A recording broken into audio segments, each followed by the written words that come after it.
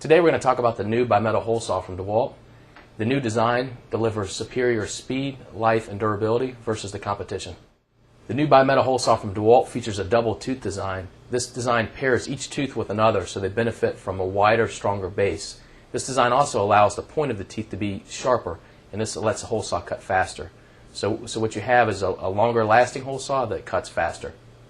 The new DeWalt hole saw also gains a speed benefit from the newly designed pilot bit, which features a pilot point tip design for faster starts of metal and less walking. In addition to the double tooth design, DeWalt has also increased the high-speed steel height. This critical material is what lets the hole saw cut through metal and provides the necessary durability. By further increasing it, we have a significant durability advantage over Lennox and Milwaukee. In order to demonstrate the performance advantage of the new DeWalt hole saws, we're going to use this demonstration rig.